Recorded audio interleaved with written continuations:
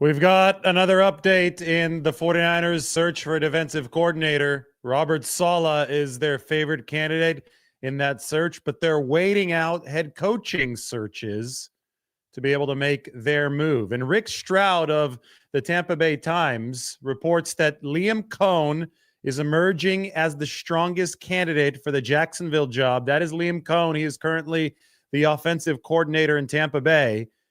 Liam Coen has his second interview with Jacksonville for the head coaching position tomorrow on Wednesday.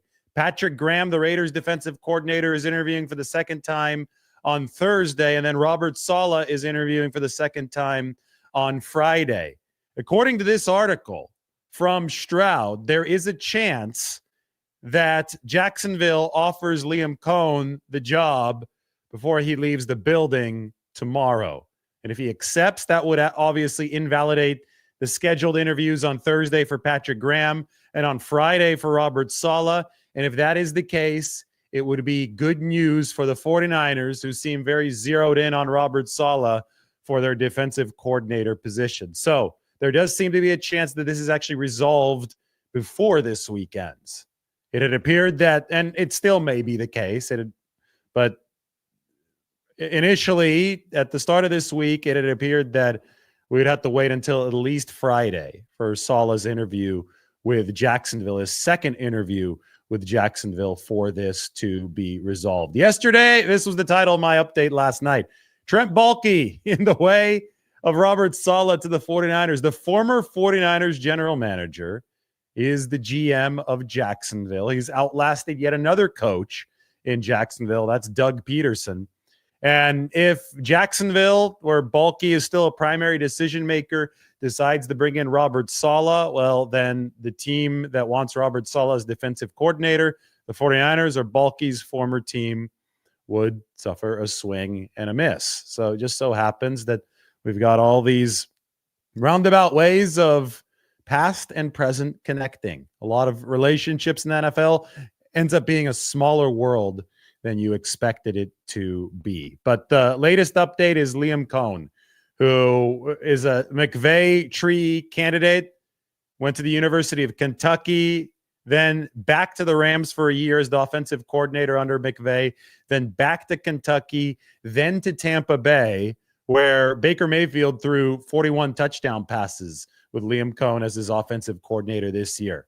So the Tampa Bay Times was talking about the Bucs offense. They averaged over 29 points per game, 41 touchdown passes for Baker Mayfield. And what's interesting here is we're seeing this dynamic play out across the league.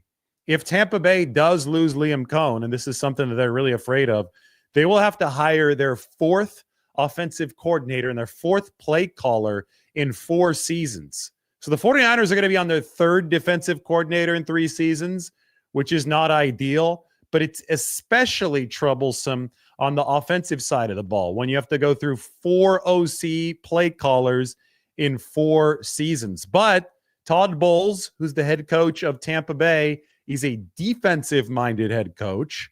So that means that the play callers on the offensive side will leave whenever they're offered a promotion for a head coaching job. And that has been the issue in Tampa Bay. Dave Canales left to be the head coach of the Carolina Panthers. And this turnover goes all the way back to Bruce Arians being there and winning a Super Bowl with Tom Brady. So we're seeing that play out now at different spots in the NFL, most notably with the Detroit Lions, where Dan Campbell is the head coach. He is not a play caller on either side of the ball. So the brain drain that the Detroit Lions are going to face and are currently facing is an especially serious one, because Ben Johnson, the offensive coordinator, has taken the Chicago Bears head coaching job. Aaron Glenn might be taking the New York Jets coaching job. We'll see where Aaron Glenn, the defensive coordinator, goes. But that means that Dan Campbell with the Detroit Lions is going to have to replace both play calling positions.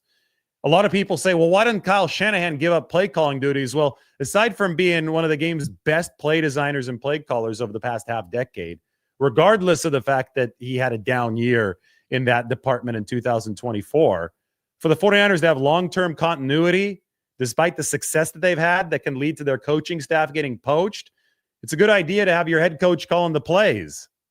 Otherwise, you ended a situation where, like Ben Johnson in Detroit, he's poached by the Bears to be their head coach, and then you have to start all over offensively. And I think the people who watched the game of the Detroit Lions on Saturday night, the playoff loss, you probably give a lot of credit to Ben Johnson for even keeping them in that game, given how poorly Jared Goff was playing with the turnovers that he produced. But the trick plays in that game, they kept Detroit in it. That one drive, Goff was out. The Jameson Williams run, that was awesome. Then obviously there's the Jameson Williams pass that didn't work out too well in the second half. That turned into an interception. But I think it's clear for anybody who understands the dynamics of the game and individual players that Ben Johnson was the driving force of an offense without a mobile quarterback, with a quarterback who had been limited in the past. I mean, Ben Johnson was able to make more out of Jared Goff than Sean McVay made out of Jared Goff. Sean McVay decided that Jared Goff was somebody that you couldn't operate a particularly efficient offense with, so he traded him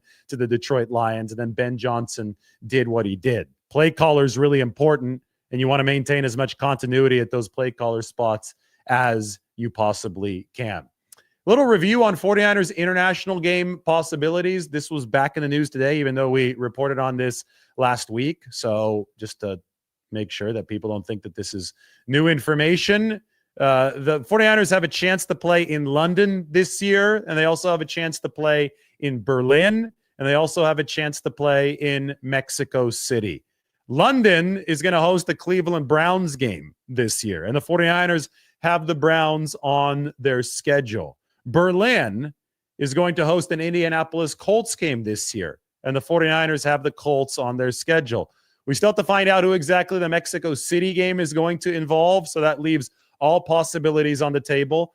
But the 49ers played the first ever regular season game outside of the United States against the Arizona Cardinals back in 2005 in Mexico City, and they're in Mexico City back in 2022, also against the Cardinals. They have one of their international partnerships in Mexico and their other international partnership in the UK, London, where the 49ers also own a soccer club that is in Leeds, which is a couple hours north of London by train. So I think there's a chance they play the Browns in London. There's a chance they play the Colts in Berlin. And Berlin is actually one of the spots where the 49ers have played a preseason game before. Their history in these preseason games outside of the U.S., Tokyo in 1989. There is no regular season game scheduled right now for Tokyo, but the 49ers played there in 89. Berlin in 1991. London in 1992, and Barcelona in 1993. By the way, there's a game in Madrid, but the 49ers will not be playing in Madrid. We know that for sure this season. So no Spain this time around, but there is a chance for London, Berlin, or Mexico City. Out of the overseas games that the 49ers have played in the past that I just listed, there also is a regular season game. The 49ers in 2012 did play Jacksonville. Speaking of Jacksonville, it's a team that seems to be at the center of this update.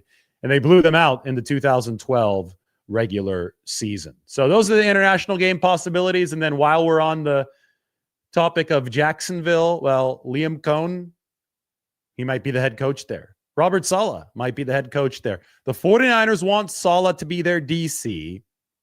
If Saleh takes the Jacksonville head coaching job, that obviously won't happen. But if Liam Coen gets the Jacksonville head coaching job, then yes, maybe that will happen. Saleh, the 49ers' first choice as defensive coordinator. So that's where the Liam Coen, Robert Saleh dynamic comes from.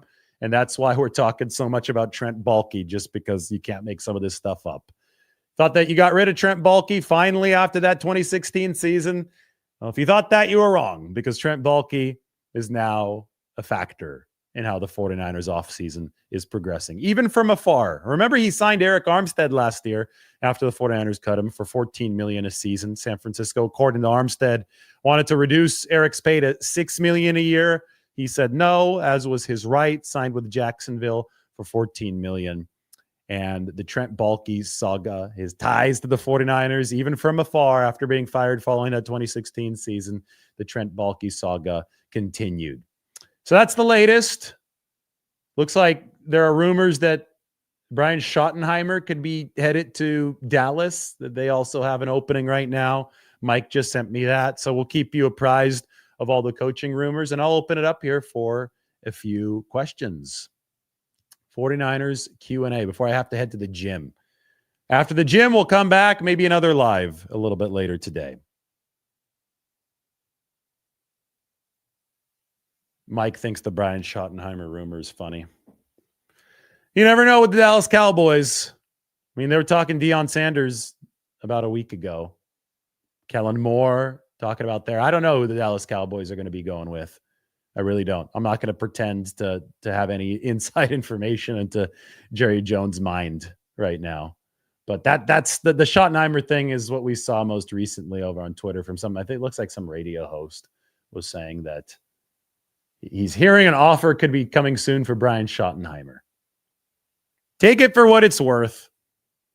All I can tell you right now is the 49ers have interviewed Robert Saleh. And we have a question here. How serious of a candidate is Brandon Staley? I think he's the backup option. And I think he should be taken seriously. I repeated this many times over the past couple of days. I don't understand why people find a need to denigrate Brandon Staley because there really isn't anything bad on his coordinator resume. He wasn't a good head coach for the Chargers, but the 49ers are not interviewing him to be a head coach. They're interviewing him to be a coordinator. Now, the problem is, and this is something that the 49ers would have to iron out if Robert Saleh doesn't come and they decide to hire Brandon Staley for DC. Problem is that he's coordinated a 3-4 system. He's coordinated in a Fangio tree before. That was for the Rams, by the way, in 2020. That was coming off of some time with the Broncos and the Bears. But if Brandon Staley has to take over, he would either have to show that the past year he's integrated enough with the 49ers scheme to where he could do what Steve Wilkes was basically asked to do, learn the 49ers ways of doing things before sprinkling in your own ideas. And maybe the past year as an assistant head coach gave Brandon Staley that kind of runway, or he would change things up front, which I'm not sure that Kyle Shanahan wants to do. I know the 49ers are open to the biggest changes that they've made schematically on the defensive coaching side of the ball that they have been open to since Kyle Shanahan and John Lynch took over. But as far as completely changing the front, changing a lot of the fundamentals about the scheme, I don't know if they're going to do that. That being said, Staley's been in the building. He's had success as a coordinator. And yes, he is a serious candidate, but I think that Robert Saleh is the primary candidate for the 49ers. Mike Vrabel, the new Patriots head coach. This is another part of this update. Vrabel interviewed Josh McDaniels today for the offensive coordinator vacancy. So McDaniels was the head coach of the Raiders last time we saw him. Is believed to be a top target in New England. He's been the offensive coordinator of the Patriots now 2 stints, right?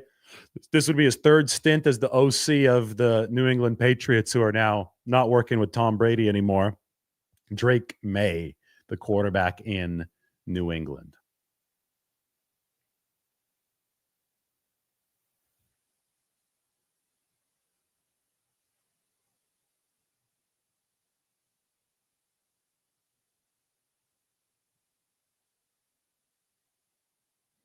There are now Lions fans on Twitter hoping that Robert Saleh comes back home to Detroit as their defensive coordinator. I guess if they do lose Aaron Glenn, they need to fill in there. So it is a possibility. And I haven't heard that he's interviewing there. Aaron Glenn would have to leave first. That's a little bit of the problem here. Some teams have head starts on this whole process. The 49ers were lucky enough to have the head start this year, but they didn't last season. The Lions obviously went further in the playoffs. So their guys just right now deciding whether or not they're going to leave. They lost the offensive coordinator, Ben Johnson. If they lose the defensive coordinator, Aaron Glenn, then their opening becomes a thing after other teams who have already decided to move on from their previous defensive coordinators have begun their search. So the 49ers have obviously already talked with Robert Saleh. They would be ahead of the Detroit Lions in that entire process. But it's all right now. Well, there's a lot of fog of war right now. So we're not going to pretend like we know more than we do. We can go through the interview list. It is what it is for the 49ers. It's Saleh. It's actually Lions defensive backs coach Deshae Townsend, and it's Brandon Staley. the internal candidate, and I think Saleh and Staley are the two most likely candidates for the 49ers. I think that they might have gleaned some good information from Deshae Townsend because the Lions did cover well this season. Even with all the injuries they had on defense, the DBs did cover better than they did in 2023 for the Detroit Lions, especially at that safety position. So it was worth taking a look at the DB coach from Detroit.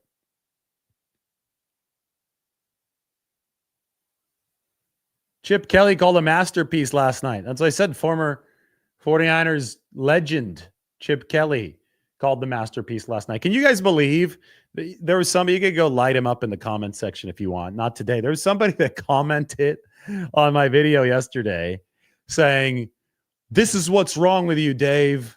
You never say anything bad about the 49ers. You just called Chip Kelly a legend."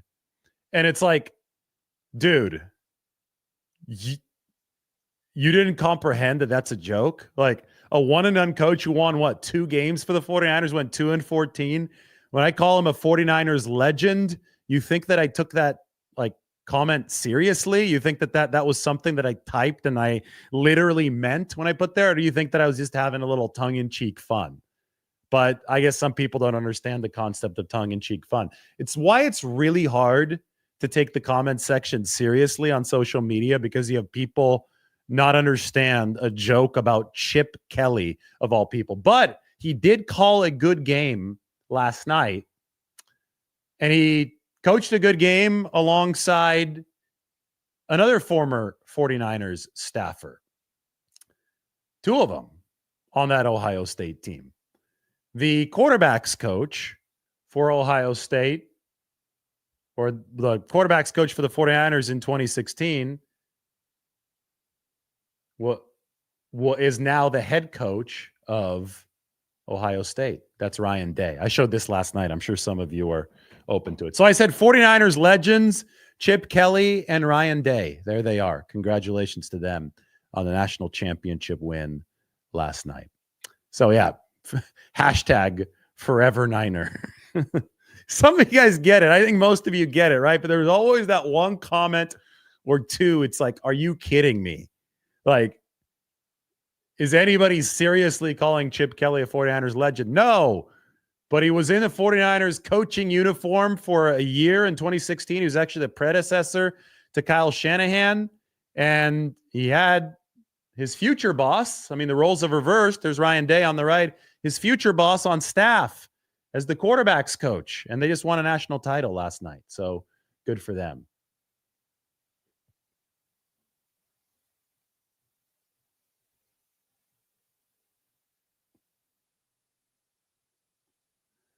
Yes. Thank you for saying that it was obviously a joke. But there was one comment yesterday that I just like almost spit up my coffee this morning when I saw it. It's like, this person is legitimately upset with me for saying that Chip Kelly was a 49ers legend. Just crazy stuff. Crazy, crazy stuff. All right. Stan is not very optimistic. He says, imagine Saleh comes back, but the defense still collapses because the players just aren't good anymore. Well, let's talk about the talent on the 49ers defense. Let's open up the roster. Let's have a nice objective discussion about who they have on the roster, who they need to add, so that whoever is a defensive coordinator has a legitimate shot to succeed. Here you go. 49ers just signed a safety, by the way, to this roster, to a reserve futures contract. Quindell Johnson has been added to the roster. 49ers just announced this, so I could make this roster addition in real time. He's played for the Rams and the Bears. 6 foot, 208 pound safety, Quindell Johnson. He's 25 years old. So we can go ahead and pencil him in here. I'm not going to project him to make the 53 man. So anybody on the right side of the dividing line is projected to make or be on the 90 man, but not make the 53 man, maybe the practice squad. Quindell Johnson goes right there. New addition for the 49ers. And what I'm going to do, I'm going to start to highlight the free agent signings that they've picked up in this offseason. I believe that I used Teal for free agents in the past. So Quindale Johnson picked up. Teron Jackson was with the team at the end of last season in the practice squad. Jalen McKenzie, who's the grandson of Reggie McKenzie, the former Raiders general manager.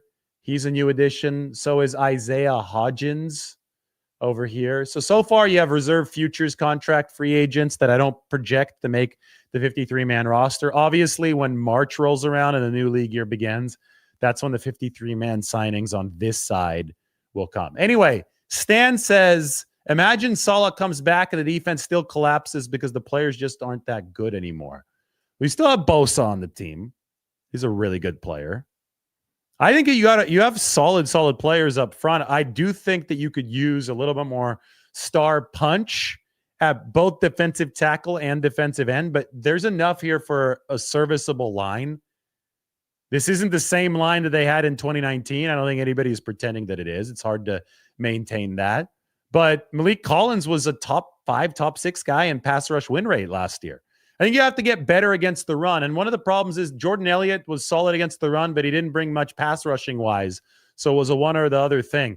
I would not be surprised to see them go defensive tackle and or defensive end early in this draft to really bolster this offensive line.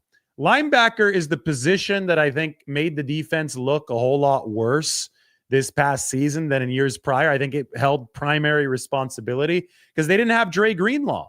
And when you don't have Dre Greenlaw and you're so reliant on your linebackers to be the binding glue that keeps the front and the defensive backfield together, well, it was a steep drop-off to the point where the fill-in for Dre Greenlaw quit. Devondre Campbell, that wasn't good. I think D. Winters made some solid progress this year, but I think the 49ers would really love to sign Dre Greenlaw back to a one-year prove-it deal. If you can fit into their financial structure, well, then you're solid at linebacker because Warner is one of the best in football. Bosa's one of the best in football. Warner's one of the best in football. As long as you have an anchor player at every position group, then you fill them in with talent that does a good job in support. I think Robert Saleh would have a good chance to succeed. They also have 2 really good young corners in Diamaro Lenore and Renato Green. Now, who's going to play that third cornerback spot? Well, we'll find out. Did they make a signing? Can a re-signing happen? You can see Charvarius Ward is not on here, but Darrell Luter Jr. is a player that they really like. Hasn't had a chance to play defense yet. I know there have been some special teams blunders, but that's different than playing defense. I do question the 49ers safety position, but even there's a very promising player in Malik Mustafa, who just had a really good rookie year. So between Mustafa, Demo, Renato Green, Fred Warner, and Nick Bosa, I mean, that's a handful of good players, and most of them are ascending players on the defensive side of the ball. You still have to fill into depth. There's going to be work to do this offseason. I think the 2025 draft class is going to be really important. But if Robert Saleh does come to the 49ers as their defensive coordinator, the cupboard will not be bare. In fact, I would even argue that the defensive backfield might be in better shape than when Saleh was last with the 49ers. Back then, it was Jason Verrett, and then you weren't really sure beyond him at the cornerback position. There was a game in 2020 when Verrett and their corners were hurt. They were on, the 5th-string corner that assigned Brian Allen, and he got absolutely lit up by the Miami Dolphins. I think that the 49ers have gotten to a place with their defensive backfield to where it's much deeper than that, but I do think that the linebacker position could use some more attention. I mean, but that's what it's like to build a team over the course of the offseason, though. You're never going to enter the offseason and you're never going to get to the offseason and be a set team for the season. There's always going to be something you could work on. There's so much turnover in this league, and then you rely on the coordinator to piece things together as well as possible. I think that they had talent this year. They obviously had deficiencies, but they just weren't happy with the way that Nick Sorensen was able to bind things together when the talent was rather deficient because of injuries. He wasn't able to bring up the creativity to maybe use some smoke and mirrors to attain defensive success.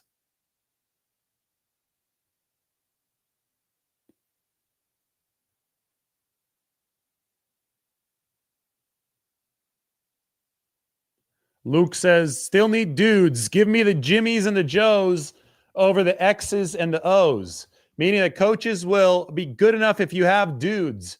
Saleh can only do so much if you're not tackling. I think that's already been proven. Look at the Niners in 2018 when they went 4-12 and their defense was ranked near the bottom of the league. Saleh then was the same coach, same coordinator in 2019, similar tendencies, and they were top 2 defense. They went from the bottom to the top in just 1 year because they got some Jimmies and Joes, literally that Jimmy on the offensive side of the ball back. But Joe Woods came in, but Joe Woods helped with X's and O's, so I guess that doesn't work.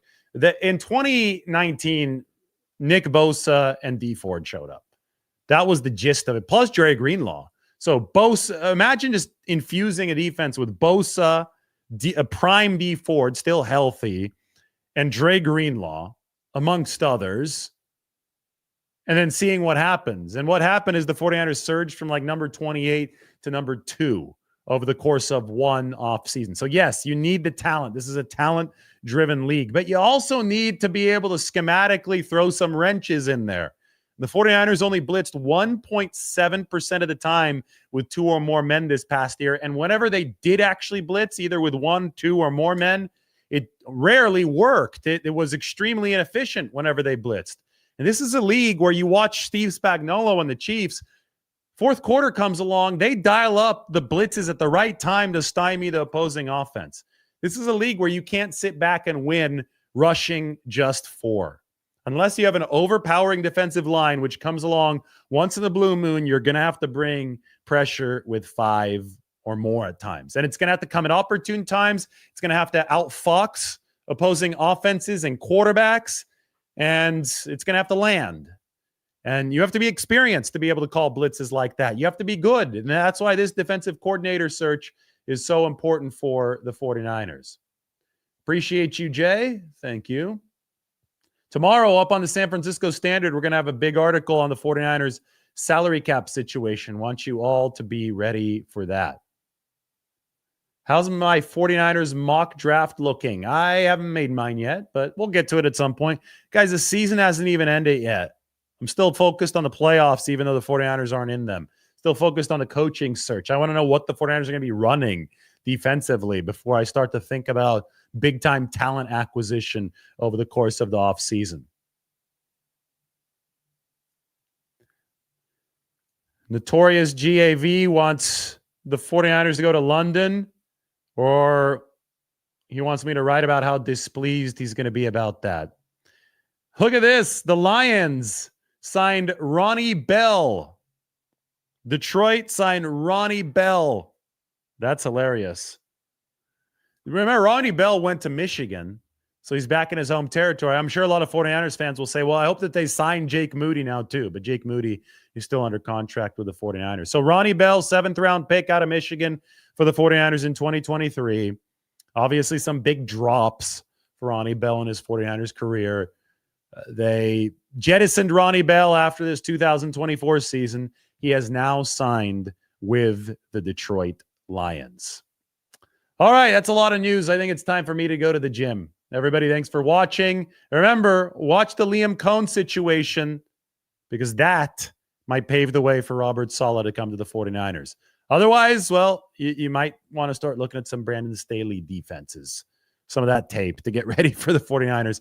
We will see, though. We will cross the necessary bridges once we reach them. Take care.